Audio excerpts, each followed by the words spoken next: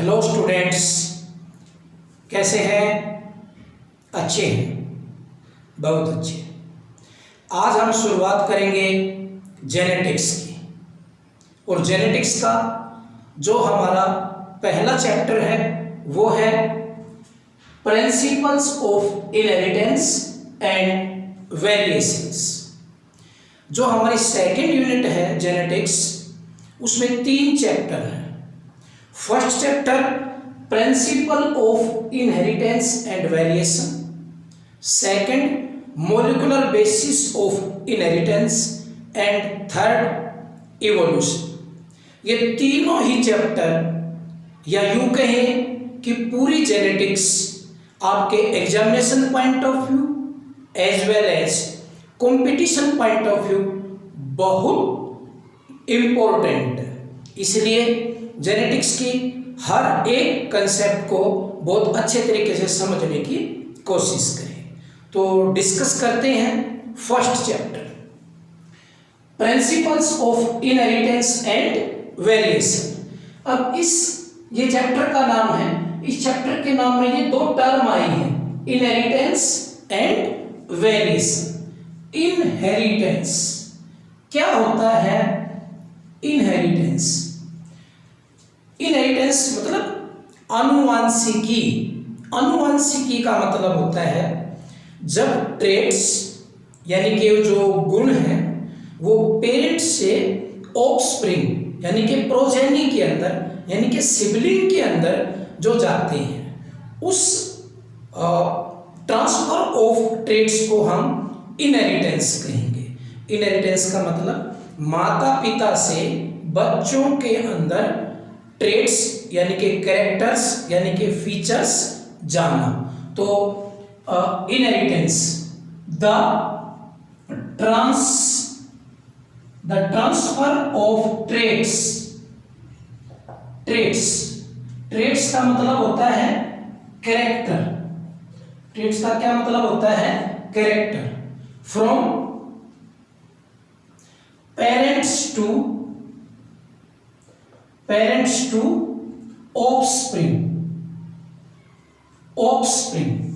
Offspring का मतलब जो प्रोजेनी है उनके अंदर, प्रोजेनी इज कॉल्ड इनहेरिटेंस। उसको हम इनहेरिटेंस का नाम देते हैं। माता पिता से बच्चों के अंदर ट्रेट जाना, यानी कि ये पेरेंट्स से कहां पे गए? ट्रेट्स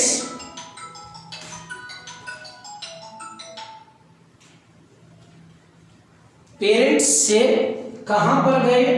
ऑफस्प्रिंग के अंदर। ऑफस्प्रिंग का मतलब बच्चे यानी कि प्रोजेनी। पेरेंट्स से ऑफस्प्रिंग के अंदर जाना, किन का जाना? ट्रेट्स का। किन का जाना? ट्रेट्स। ट्रेट्स का मतलब होता है कैरेक्टर्स। कैरेक्टर्स मतलब फीचर्स, मतलब गुणों का जाना। तो उसको हम क्या कहेंगे? Inheritance.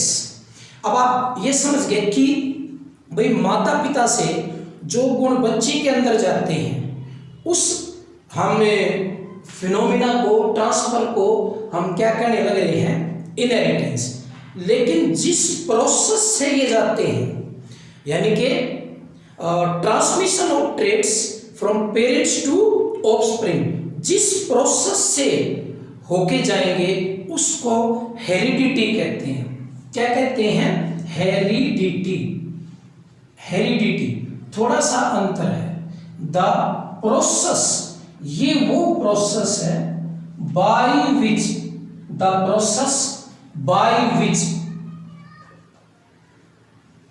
Transfer of traits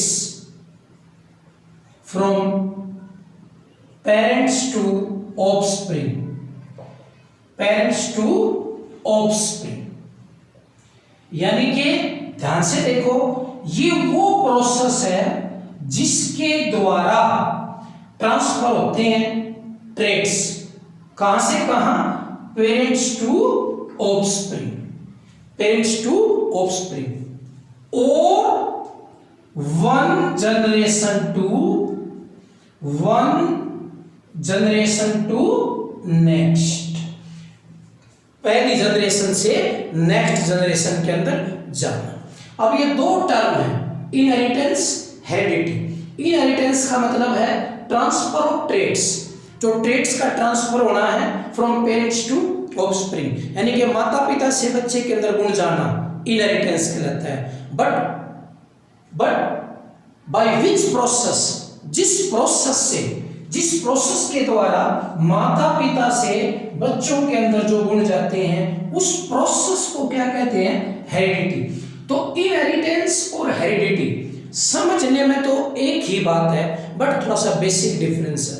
only transmission of traits from parents to offspring, inheritance. The process by which transmission of traits from parents to offspring, or you can say from one generation to next is called heredity।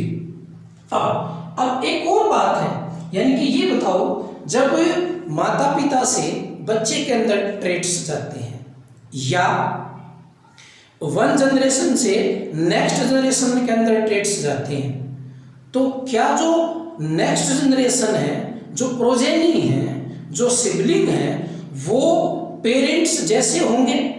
बिल्कुल होंगे। Inheritance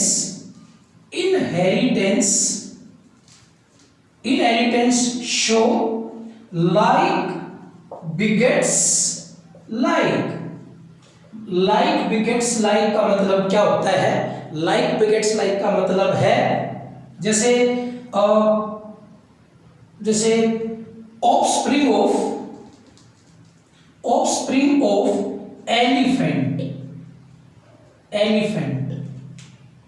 जो elephant के offspring है, resembles, ऐसे कर लो, offspring of elephants are similar to their parents,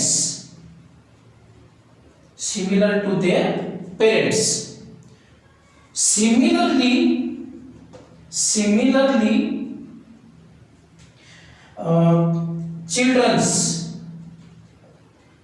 childrens of human are similar to their parents।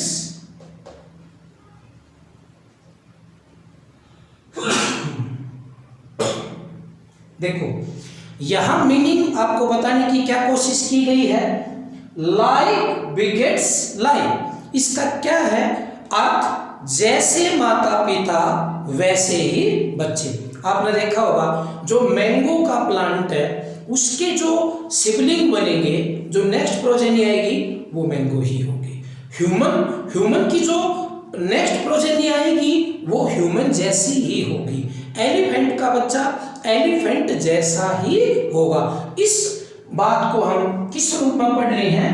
Like begets like. चाहे कितनी जनरेशन हो जाए, चाहे 1000 जनरेशन हो जाए, चाहे लाख जनरेशन हो जाए, प्रोजेनी हमेशा माँ बाप के या पेरेंट्स के बिल्कुल सिमिलर होगा। इस बात को हम लाइक बिगेट्स लाइक में पढ़ते हैं। बट एक बात और है, क्या हम अपने माता पिता की एग्जैक्ट कॉपी हैं? नहीं है, थोड़ा बहुत हमारे अंदर डिफरेंस होगा। वो साइज में हो सकता है, हाइट में हो सकता है, कलर में हो सकता है, बिहेवियर में हो सकता है, थोड़ा बहुत मोर्फोलॉजी के अंदर हो सकता है, जैसे नाक का, कान का जो डिजाइन स्ट्रक्चर है उसमें हो सकता है। थोड़ा बहुत वेरिएशन जरूर होगा। जैसे एलिफेंट का बच्चा है तो एलिफेंट जो पेरेंट एलिफेंट है उससे थोड़ा बहुत उसमें जरूर क्या मिलेगा? डिफरेंस, यानी कि डिसिमिलरिटी। आप मैंगो प्लांट के जो सिबलिंग है, जो यंग मैंगो ट्री है, वो अपने पेरेंटल प्लांट से थोड़ा बहुत डिफर करेंगे। अब जो माता पिता और बच्चों के बीच में जो ये डिफरेंसेस होते हैं, ये जो डिसिमिलरिटीज होती हैं, उसको हम क्या कहेंगे? वेरिएशन। तो हमारी ये इनहेरिटेंस डेफिनेशन हुई। फिर हेरिडिटी। अब तीसरी हमारी है वेरिएशन। तीसरी टर्म कौन सी है? वेरिएशन। वेरिएशन का मतलब degree of differences between parents and offspring. Variation. Variation. The dissimilarities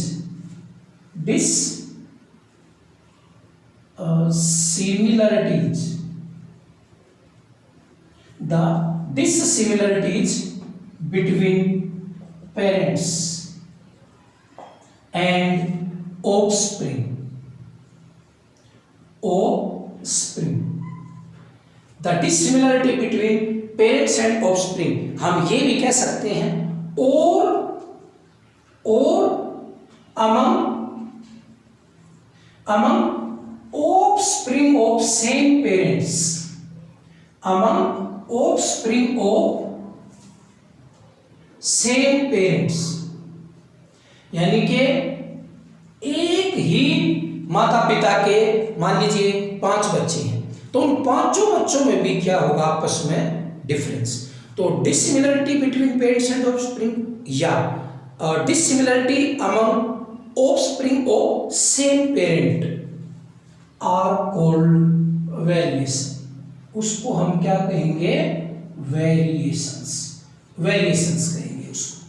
तो इसका मतलब ये हुआ कि पेरेंट्स और ऑफस्प्रिंग आपस में सिमिलर होते हैं, बहुत ज्यादा सिमिलर होते हैं, लाइक बिगेट्स लाइक, बट थोड़ा बहुत उनमें डिफरेंस भी होता है, डिसिमिलरिटी भी होती है, और उन डिसिमिलरिटी को ही हम क्या करने लग रहे हैं?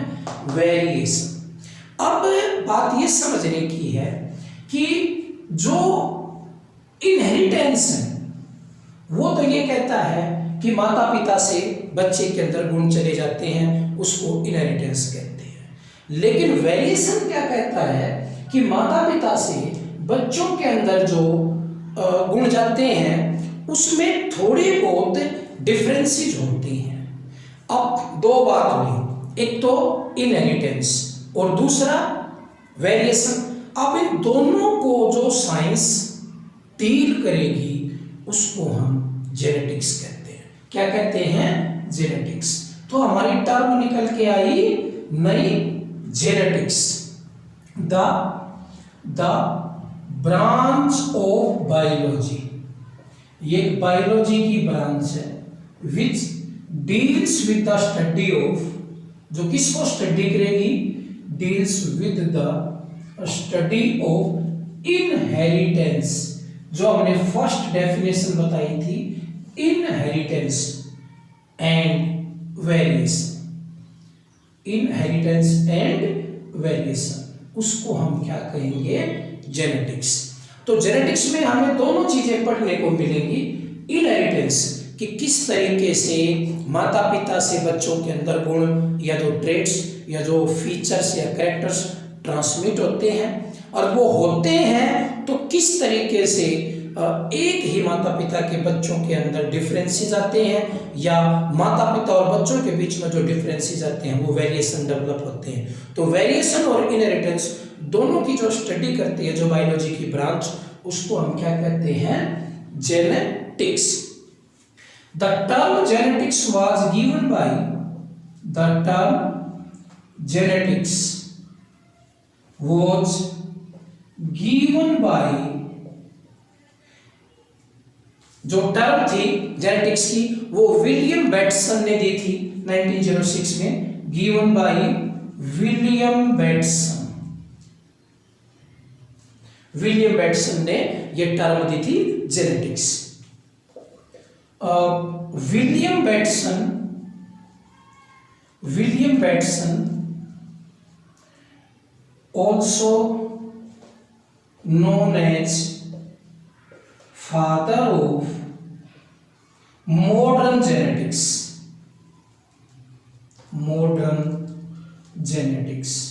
जो मॉडर्न जेनेटिक्स है उसके फादर के रूप में कौन है? विलियम बेटसन को ही जाना जाता है। हालांकि फादर ऑफ जेनेटिक्स, मॉडर्न की बात नहीं, जो जेनेटिक्स है, जो हमारी ओल्ड जेनेटिक्स कह सकते हैं, father of genetics is Gregor John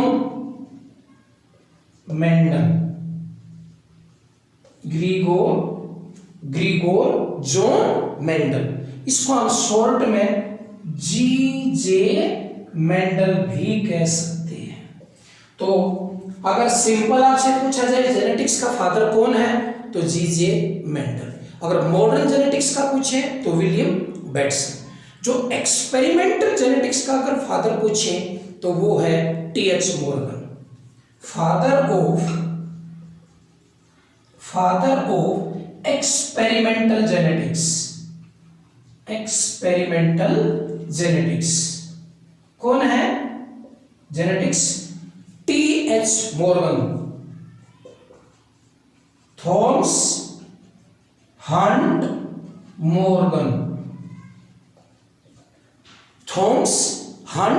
Morgan, T H Morgan कहते हैं इसको शॉर्ट में, टीएच मॉर्गन। इसने बहुत सारे एक्सपेरिमेंट किए थे, ड्रोसोफिला के ऊपर बहुत सारे एक्सपेरिमेंट किए थे, इसलिए एक्सपेरिमेंटल जेनेटिक्स का फादर तो कौन है? Thomas Hunt Morgan. Modern genetics का फादर है विलियम बेटसन, और टर्म किसने दी थी? विलियम बेटसन ने। और भाई एक्सपेरिमेंटल जेनेटिक्स का फादर है टीएच मॉर्गन।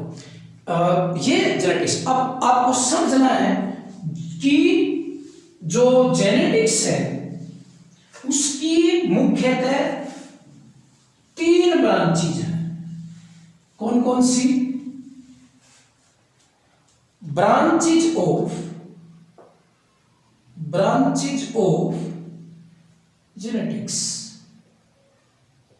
नंबर 1 कौन कौन सी? Transmission genetics. एक तो कौन सी है? Transmission genetics. ये क्या डील करेगी? It deal study of transfer of gene from one generation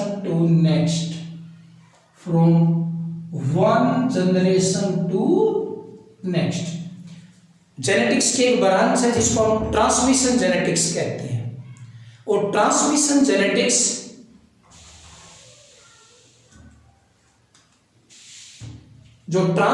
genetics है वो किसको पढ़ती है? Transfer of genes from one generation to next. ठीक है। दूसरी हमारी जो जेनेटिक्स है वो क्या है? Molecular genetics.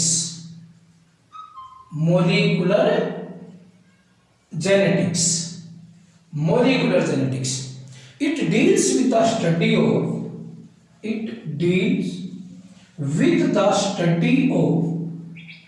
with the study of structure and function of gene. Structure and function of gene at molecular level तक, यानी कि जीन क्या है? डीएनए का सेगमेंट, और डीएनए क्या है? एक मॉलिक्यूल है। तो जीन की स्ट्रक्चर और जीन का फंक्शन बिल्कुल उसके मॉलिक्यूलर लेवल तक जाके स्टडी जो जेनेटिक्स की ब्रांच करती है, उस जेनेटिक्स की ब्रांच को मॉलिक्यूलर जेनेटिक्स कहते हैं। और जो तीसरी जो है वो है population genetics.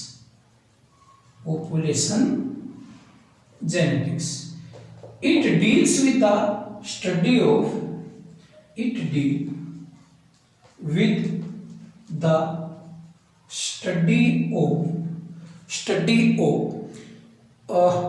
principle and laws of inheritance. Study of application of principles and laws of inheritance. देखिए थोड़ा सा ध्यान से, पॉपुलेशन जेनेटिक्स का मतलब क्या है? Study of application of principles and laws of inheritance to entire population of organism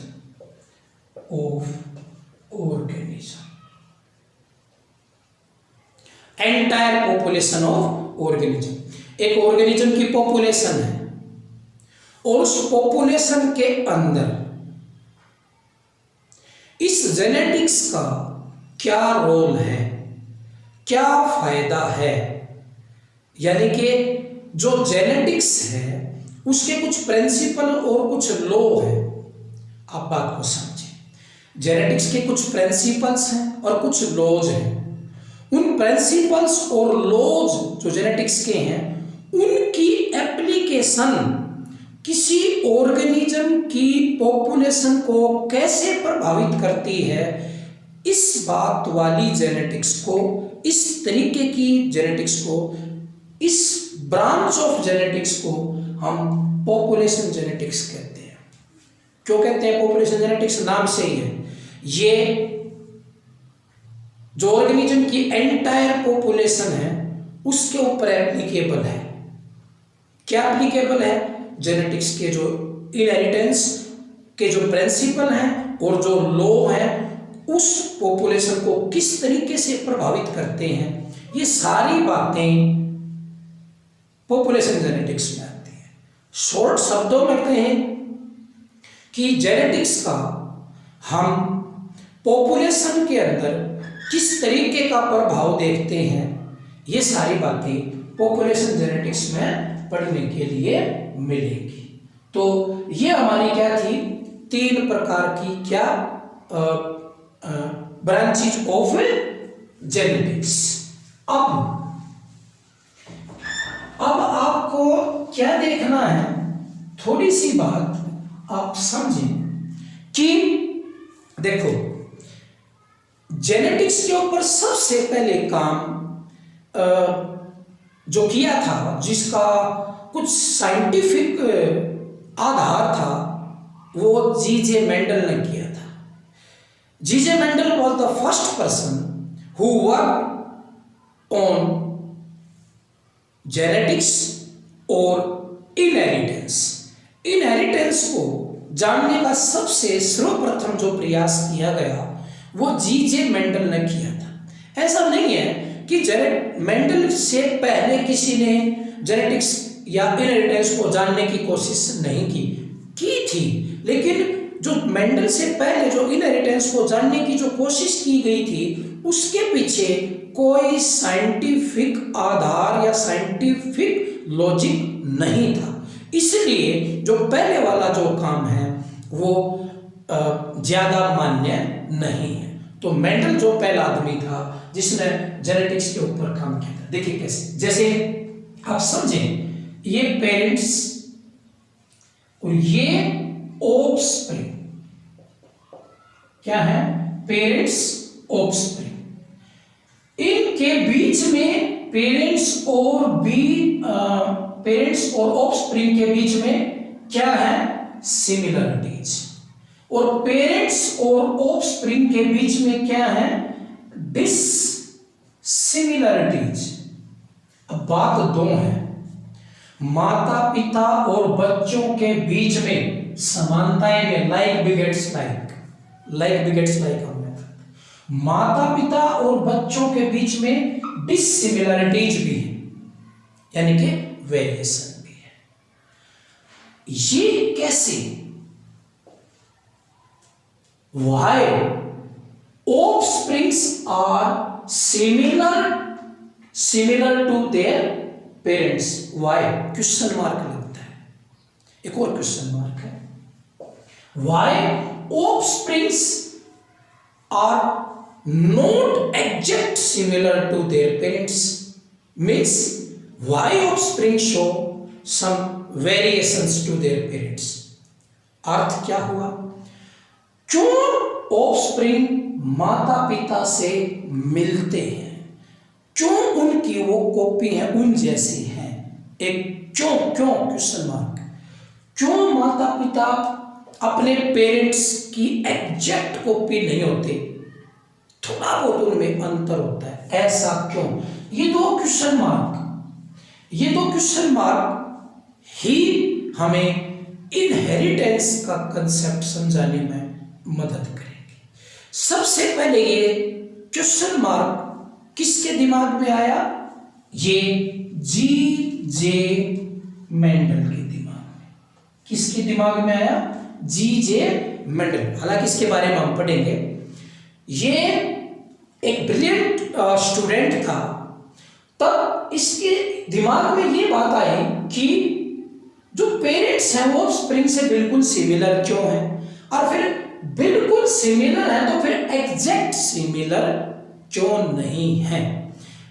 इस बात को पता लगाने के लिए इसने बहुत सारे एक्सपेरिमेंट किए और इनहेरिटेंस के कंसेप्ट को समझने की कोशिश की। इसने ये शुरुआत कहाँ से हुई, ये जो जी.जे. मेंडल था ये ऑस्ट्रेलिया देश के एक किसान के घर पैदा हुआ। ऑस्ट्रेलिया देश के किसान के घर ये पैदा हुआ और ये अपने फादर की जो नर्सरी थी, जो गार्डन था, उसमें गार्डन पी, जो पिजन स्टाइलम, जो गार्डन पी प्लांट है, उसके पौधे को देखता है। एक पौधे के ऊपर वायलेट फूल लगे हुए हैं, कोई आसपास दूसरा पौधा था उसके ऊपर वाइट फूल लगे हुए हैं। इसके दिमाग में ये बात आती है कि ये पौधा तो गार्डन पी का ही है, फिर इस पे वायलेट फूल क्यों आए और इसके ऊपर वाइट फ्लावर क्यों आए। क्यों, इस क्यों का आंसर जानने के लिए इसने इस गार्डन पी प्लांट के ऊपर बहुत सारे एक्सपेरिमेंट करके और कुछ लॉज और कुछ प्रिंसिपल दिए जेनेटिक्स को। यानी कि ये प्रथम व्यक्ति था जिसने इस क्यों को जानने का, क्यों मतलब क्यों वायलेट फूल और क्यों वाइट फूल, यानी कि वायलेट वाले पर वायलेट ही क्यों नहीं आए और वाइट वाले पर वाइट क्यों नहीं आए, इस बात को इनहेरिटेंस के रूप में इसने जानने का प्रयास किया और ये देखा कि ऐसा क्यों होता है। धीरे धीरे इसने एक्सपेरिमेंट करने शुरू किए और बाद में ये कुछ हद तक कामयाब भी हुआ यह चीज बताने में कि ये इनहेरिटेंस कैसे होता है, इसके पीछे क्या कारण है। अब हम उसमें डिटेल में ना जाके सिर्फ आपको यह बताया गया है कि माता पिता और बच्चों में समानता भी होती है, असमानता भी होती है। इस समानता और असमानता के पीछे क्या कारण है, ये कारण सबसे पहले जी.जे. मेंडल ने ढूंढने का प्रयास किया था। इसने बहुत सारे एक्सपेरिमेंट किए इसके ऊपर और कुछ लॉज और प्रिंसिपल बनाए। इसकी इस मेहनत के कारण इस जी.जे. मेंडल को मैंने पहले ही बताया है, क्या कहते हैं, फादर ऑफ जेनेटिक्स। लेकिन इससे पहले जी.जे. मेंडल से पहले भी कुछ ऐसी बातें थी जो इनहेरिटेंस के पैटर्न को बताने की कोशिश करती थी, लेकिन उन बातों के पीछे, उन थ्योरीज के पीछे कोई साइंटिफिक आधार नहीं था, इसलिए वो थ्योरी फेल हुई। उनको ब्लेंडिंग थ्योरीज ऑफ इनहेरिटेंस का नाम दिया गया, या दूसरे शब्दों में हम क्या कह सकते हैं, ये वे थ्योरीज थी जो मेंडल के काल से पहले, मेंडल के युग से पहले जेनेटिक्स को या इनहेरिटेंस को बताने का प्रयास करते हैं। तो उन थ्योरीज को कुल मिला के क्या कहते हैं, परी मेंडेलियन इनहेरिटेंस यानी कि मेंडल से पहले वाली, या ब्लेंडिंग थ्योरीज ऑफ इनहेरिटेंस, क्योंकि उन थ्योरी के पीछे कोई साइंटिफिक लॉजिक या फैक्ट नहीं थे, इसलिए उनको ब्लेंडिंग थ्योरीज ऑफ इनहेरिटेंस कहा जाता है। तो क्या था, यानी कि टॉपिक हमारा ब्लेंडिंग थ्योरीज ऑफ इनहेरिटेंस। और ये ब्लेंडिंग इसलिए कहते हैं क्योंकि इनके पीछे कोई साइंटिफिक फैक्ट नहीं थे, या मेंडल से पहले थी। अभी हमने मेंडल बताया कि ये पहला साइंटिस्ट था जिसने इसके ऊपर बहुत सारा काम किया और इनहेरिटेंस के पैटर्न को जानने की कोशिश की, लेकिन इससे पहले थी, तो इसलिए इनको परी मेंडेलियन इनहेरिटेंस भी कह सकते हैं। तो ब्लेंडिंग थ्योरीज ऑफ इनहेरिटेंस और परी मेंडेलियन इनहेरिटेंस, ये कौन कौन सी थी, मैं नाम लिखता हूं। जैसे फर्स्ट मोइस्ट वेपर थ्योरी, कौन सी, मोइस्ट वेपर थ्योरी। दूसरा फ्लूइड थ्योरी, दूसरी कौन सी थी, फ्लूइड थ्योरी। तीसरा परिफॉर्मेशन थ्योरी।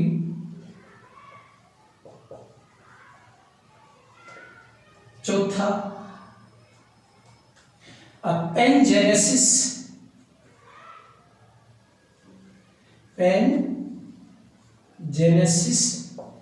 थ्योरी। और पांचवा germ plasm theory.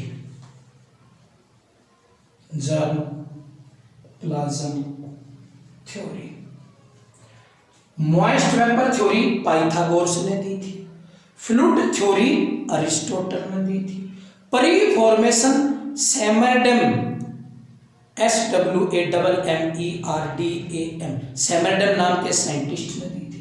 Pangenesis popular theory है, इसको डार्विन ने दिया था।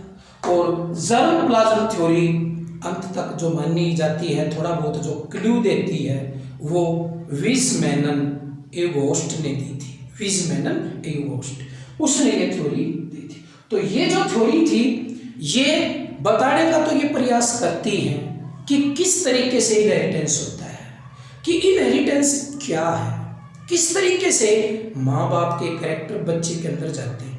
बट कोई साइंटिफिक लॉजिक इनके पीछे ना होने के कारण ये थ्योरी फेल हुई थी, ज़्यादा ये चल नहीं पाई थी। तो फिर आगे चल के मेंडल ने इन पे काम किया था।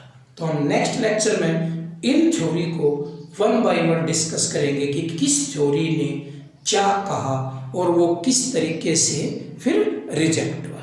ओके।